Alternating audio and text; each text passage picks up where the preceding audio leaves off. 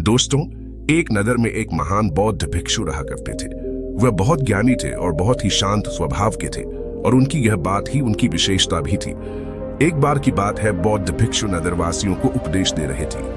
बौद्ध भिक्षु कह रहे थे कि शब्दों में जीवन बदलने की शक्ति होती है। अपने शब्दों से जीवन बदलो। हम जो भी शब्द अपने लिए या दूसरों के लिए कहते हैं या जो भी बातें करते हैं, उस पर हमें ध्यान देना चाहिए। इतना कहकर बौद्ध भिक्षु ने अपना उपदेश समाप्त किया और वहां से चले गए। एक दिन वह बौद्ध भिक्षु एक मार्ग से होकर गुजर रहे थे। इसी मार्ग से एक युवक होकर गुजर रहा था। उस युवक ने जब उन बौद्ध भिक्षु को देखा तो वह जोर जोर से हंसने लगा और कहने लगा, अरे साधु महाराज, आप तो ढोंगी है। आपके उपदेशों में यह कहने से कि शब्दों में बड़ी ताकत है, आपकी बात सत्य नहीं हो जाएगी। ये सब सिर्फ बातें हैं। भला ऐसे कैसे हो सकता है कि शब्दों से हमारा जीवन बदल सकता है? उस युवक की सारी बातें उन भिक्षुओं ने ध्यानपूर्वक सुनी और उसके बाद वह मुस्कुराते हुए उस युवक से कहते हैं, बेटा, नाथ से ही तो यह दुनिया प्रकट हुई है और अच्छे शब्दों के पीछे भी नाथ ही होता है जो पूरा जीवन बदल देता है। वह बौद्ध भिक्षु उस युवक से कहते हैं, देखो, मैं तुम्हें अपने अनुभव से बता रहा हूं, लेकिन फिर भी तुम्हें यकीन न हो तो तुम इसे खुद आजमा कर देख सकते हो। उन बौद्ध भिक्षु की यह बात सुनकर युवक थोड़ा सा गंभीर हो गया। उसने काफी देर सोच विचार किया और उसके बाद उन बौद्ध भिक्षु से कहता है, हे गुरुवर, अगर ऐसी बात है तो आप मेरे साथ चलिए। मेरा छोटा भाई है जिसकी उम्र करीब 25 वर्ष है और उसे न जाने क्या हुआ है। वह करीब 3 वर्षों से कुछ भी नहीं करता, बस लेटा रहता है। दिन भर वो कुछ न कुछ सोचता रहता है। उसकी यह हालत देखकर हम सब बहुत परेशान हैं। माता पिता भी बहुत चिंतित रहते हैं। हम सब ने कई तरीके अपनाए, कई योजनाएं अपनाई, लेकिन कुछ भी काम नहीं आया। हमने कई बार उससे बात करने तक की कोशिश की, लेकिन वह हमसे कुछ भी नहीं कहता। परिवार का हर एक सदस्य पूरी तरह से थक चुका है, हार चुका है। आखिर वह क्या करना चाहता है, किसी को कुछ नहीं पता। तो हमारे शब्दों से उसका जीवन क्यों नहीं बदला? और जैसा कि आप कह रहे हैं कि शब्द सचमुच जीवन बदल सकते हैं, तो क्या आप मेरी मदद करेंगे? इस पर बौद्ध भिक्षु मुस्कुराते हुए उस युवक के साथ चल पड़ते हैं। वह युवक उन बौद्ध भिक्षु को एक खेत में ले जाता है और अपने भाई की तरफ इशारा करके कहता है, हे गुरुवर, यही मेरा भाई है जो पूरे गांव में आलस और मक्कारी के लिए मशहूर है। आप कहते हैं कि शब्दों में वह शक्ति है जो हमारा जीवन बदल सकती है। तो क्या आपके शब्द इसका जीवन बदल सकते हैं? अगर यह सत्य है तो आप इसका जीवन बदल कर दिखाएं। उन बौद्ध भिक्षुओं ने उस युवक के भाई को ध्यानपूर्वक देखा। वह एक पेड़ की छांव में आराम से सो रहा था। जब बौद्ध भिक्षु उस युवक के भाई के पास पहुंचे और आराम से उसके सर पर हाथ फिराते हुए कहते हैं, उठो बेटा, बहुत देर हो चुकी है। यह सोने का समय नहीं, यह तो जागने का समय है। उन बौद्ध भिक्षुओं की आवाज सुनकर वह लड़का थोड़ा सा अचरज में पड़ गया। आखिर कौन है जो मुझे इतने प्यार से जगा रहा है? वरना सभी गांव वाले तो मुझे आलसी और मक्कार ही कहते हैं। आखिर कौन है जो मुझे इतना अपनापन दिखा रहा है? उसने आंखें खोली और आंखें मलते हुए उसने पूछा, हे गुरुवर, आप कौन हैं और यहाँ क्यों आए हैं? इस पर बौद्ध भिक्षु उस युवक से कहते हैं, बेटा, यह प्रश्न तो मैं तुमसे करना चाहता हूँ। तुम कौन हो, यही तो तुम्हें जानने की आवश्यकता है। उन बौद्ध भिक्षुओं की बात सुनकर वह लड़का जोर से हंस पड़ता है और कहता है, हे गुरुवर, यदि आपको मेरे बारे में जानना है तो जाइए और गांव के किसी भी सदस्य से पूछ लीजिए। आपको पता चल जाएगा कि मैं कौन हूं। आपसे हर कोई यही कहेगा कि वह तो आलसी है, मक्कार है, तरह तरह के ताने सुनाएंगे, तरह तरह की बातें कहेंगे। इससे आपको यह जरूर यकीन हो जाएगा और आपको यह पता भी चल जाएगा कि मैं कौन हूं। तभी बौद्ध भिक्षु मुस्कुराते हुए उस लड़के से कहते हैं, सबसे पहले मेरी यह बात सुन लो। मेहनती इंसान के खुद के शब्द उसे अंदर तक चोट पहुंचाते हैं। इसलिए कभी भी अपने आप को कोसो मत।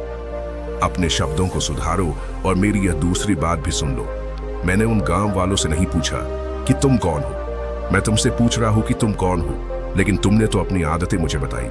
आलस तुम्हारी पहचान नहीं, तुम्हारी आदत हो सकती है। और इंसान नहीं, उनकी आदतें खराब होती है। इसलिए बेटा, तुम आलसी और मक्कार नहीं हो, यह तो तुम्हारी आदत है। बस इतनी सी बात है जो गांव वाले में ही समझ सकते हैं। यह सारी बातें सुनकर वो लड़का थोड़ा सा आश्चर्यचकित रह गया, क्योंकि गांव वाले हमेशा उसे मक्कार, आलसी और तरह तरह के ताने ही सुनाया करते थे। उन बौद्ध भिक्षुओं की यह बात सुनकर उस लड़के की आंखों में आंसू आ गए।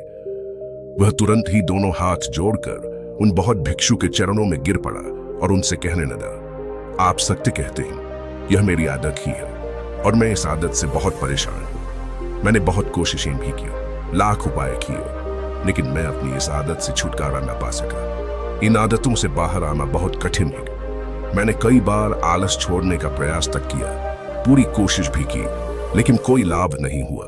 मैं जब भी कोई कार्य करने की कोशिश करता हूं तो पता नहीं क्यों मेरा मन कहीं और भागने लगता है। मेरा दिमाग किसी और दिशा में काम करने लगता है और मैं उस काम पर ध्यान ही नहीं दे पाता। मैं क्या करूं, कैसे करूं, मुझे कुछ भी समझ में नहीं आता। जब भी मैं किताबें पढ़ने की कोशिश करता हूं तो मुझे नींद आने लगती है। मन में एक अजीब सा दर्द महसूस होता है। ऐसा लगता है कि मेरा जीवन यूं ही व्यर्थ जा रहा है और जब मैं इस दर्द को बर्दाश्त नहीं कर पाता तो मैं सो जाता हूं, ताकि जब मैं उठूं तो मुझे दर्द न महसूस हो। और अब तो मुझे यह भी यकीन हो चुका है कि मैं इन आदतों से नहीं निकल सकता। ये आदतें मुझे नहीं छोड़ने वाली। इस पर बौद्ध भिक्षु उस लड़के से कहते हैं, बेटा, यदि तुम इस आलस की आदत को छोड़ना चाहते हो तो मैं तुम्हें एक सही उपाय बता सकता हूँ, लेकिन उसके लिए तुम्हें कल सुबह मुझे मिलना होगा, तभी वह तरीका मैं तुम्हें बताऊंगा। यदि तुम उस तरीके को सीखना चाहते हो तो कल सुबह मेरे पास चले आना। इतना कहकर बौद्ध भिक्षु वहां से चले गए, लेकिन उन बौद्ध भिक्षु की सारी बातें उस लड़के के कानों में गूंज रही थी। वह यह समझ नहीं पा रहा था कि आखिर वह बौद्ध भिक्षु उसे कौन सा मार्ग दिखाने वाले हैं। वह ऐसा कौन सा उपाय बताएंगे जिससे उसके जीवन से आलस से हमेशा हमेशा के लिए खत्म हो जाएगा। देखते ही देखते रात हो गई। रात भर वह अपने बिस्तर पर करवट लेता रहा और उन बौद्ध भिक्षु की बातों के बारे में सोचता रहा। इसी प्रकार देखते ही देखते सुबह हो गई और वह लड़का उन बौद्ध भिक्षुओं के पास जा पहुंचा। वह लड़का उन बौद्ध भिक्षु को प्रणाम करता है और कहता है, गुरुवर, जैसा कि आपने कहा था, लीजिए मैं आ गया। अब मुझे वह मार्ग बता दीजिए जिसे मैं अपने जीवन से इस आलस्य को निकाल सकता हूं। तभी बौद्ध भिक्षु उस लड़के से कहते हैं, बेटा, जब भी तुम्हारा मन दुविधा में हो, तुम निर्णय न ले पा रहे हो और तुम्हारे मन में तरह तरह के प्रश्न उठ रहे हो कि मैं क्या करूं, कैसे करूं, इस कार्य को पूर्ण कैसे करूं, यह सब कैसे होगा, तब तुम वास्तविकता में अपने अतीत से सोच रहे हो कि पिछली बार तुम्हारे ऐसा करने पर क्या हुआ, या अतीत में तुमसे लोगों ने क्या कहा था। तो आज से कभी भी अपने अतीत से नहीं बल्कि भविष्य से सोचो। इस पर लड़का कहता है, भविष्य से, वह भला कैसे? तभी बौद्ध भिक्षु उस लड़के से कहते हैं, मान लो कि तुम्हें आज किसी भी चीज की कमी नहीं है। तुम्हारे पास वो हर चीज है जो तुम चाहते हैं, वह सारी सुख सुविधाएं हैं। तो अब बताओ, तुम अपना जीवन कैसे व्यतीत करना चाहोगी?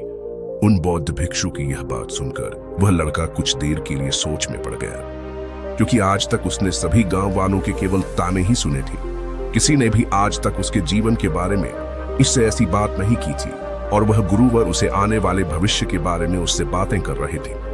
उन बौद्ध भिक्षु की यह बात सुनकर वह लड़का खुद से प्रश्न करने लग गया कि अगर मेरे पास सब कुछ होगा, धन की कोई कमी नहीं होगी और सारी सुख सुविधाएं होंगी, तो मैं अपना जीवन कैसे व्यतीत करूंगा? कुछ देर सोच विचार करने के बाद वह उन बौद्ध भिक्षु से कहता है, गुरुवर, मैं यह दुनिया घूमना चाहूंगा, पहाड़ों पर चढ़ना चाहूंगा, समुद्र की रेत पर चढ़ना चाहूंगा और मैं एक बहुत बड़ा व्यापारी बनना चाहूंगा। तभी अचानक उस लड़के का ध्यान टूट गया और वह उन बौद्ध भिक्षु से कहता है, परंतु हे गुरुवर, यह सब कैसे संभव होगा? केवल मेरी मात्र सोच लेने से तो यह सब पूरा नहीं होने वाला। उसके ऐसा कहते ही उसके अतीत में बीती हुई सारी घटनाएं उसकी आंखों के सामने से गुजरने लगी और वह एक बार फिर से निराश होने लगा। और अब वह यह सोचने लगा कि मेरे पास ऐसे ही नहीं है तो मैं भला व्यापार कैसे कर सकता हूं? न ही मेरे पास व्यापार का कोई अनुभव है। ऐसी स्थिति में मैं भला यहां से कैसे निकल सकता हूं? उस लड़के के इस प्रश्न का जवाब देते हुए वह बौद्ध भिक्षु उस लड़के से कहते हैं, भंते, हर रात में सोने से पहले तुम हर दिन अपना लक्ष्य एक कागज पर लिखो और सुबह उठकर सबसे पहले उस लक्ष्य को देखो और सोचो कि उस लक्ष्य को पाने के लिए तुम आज क्या कर सकते हो, और जो भी तुमने उस कागज पर लिखा होगा उस कार्य को उसी दिन पूरा करने की हर मुमकिन कोशिश करो। इस पर वह लड़का कहता है, ठीक है, आप सच कह रहे हैं, लेकिन जब मैं बहुत सोचने लगता हूं तो मेरा मन बेचैन होने लगता है और मन में तरह तरह के विचार उठने लगते हैं और इन विचारों को शांत करने के लिए मैं सो जाता हूं ताकि वह विचार मुझे परेशान न कर पाए। उस लड़के की इस समस्या का समाधान करते हुए वह बौद्ध भिक्षु उस लड़के से कहते हैं, बेटा, अंतर्मन की चाल को पकड़ो और शब्दों की मदद से नया भविष्य बनाओ। तभी लड़का कहता है, हे गुरुवर, आप क्या कहना चाहते हैं? मैं आपकी बात समझ नहीं पा रहा। इस पर बौद्ध भिक्षु मुस्कुराते हुए कहते हैं, बेटा, कैसे होगा? यह जो सवाल है, यह सवाल नहीं बल्कि एक डर है जो तुम्हारे अंतर्मन में बैठा हुआ है, जो तुम्हें अगला कदम लेने से रोक रहा है, तुम्हें कदम आगे बढ़ाने से रोक रहा है। यदि तुम वास्तविकता देखो तो किसी को भी नहीं पता होता कि वह कार्य कैसे होगा। लेकिन एक इंसान जब दृढ़ निश्चय कर लेता है तो वह अपने उद्देश्य को सामने रखकर लगातार प्रयास करता रहता है और वह अपनी सफलता प्राप्त कर ही लेता है। तभी वो लड़का उन बौद्ध भिक्षु से कहता है कि हे गुरुवर, अगर ऐसी बात है तो मन में बार बार चिंता क्यों होती है? मन बार बार बेचैन क्यों हो उठता है? इस पर बौद्ध भिक्षु कहते हैं, बेटा, क्योंकि तुम्हें डर है कि तुम कमजोर हो।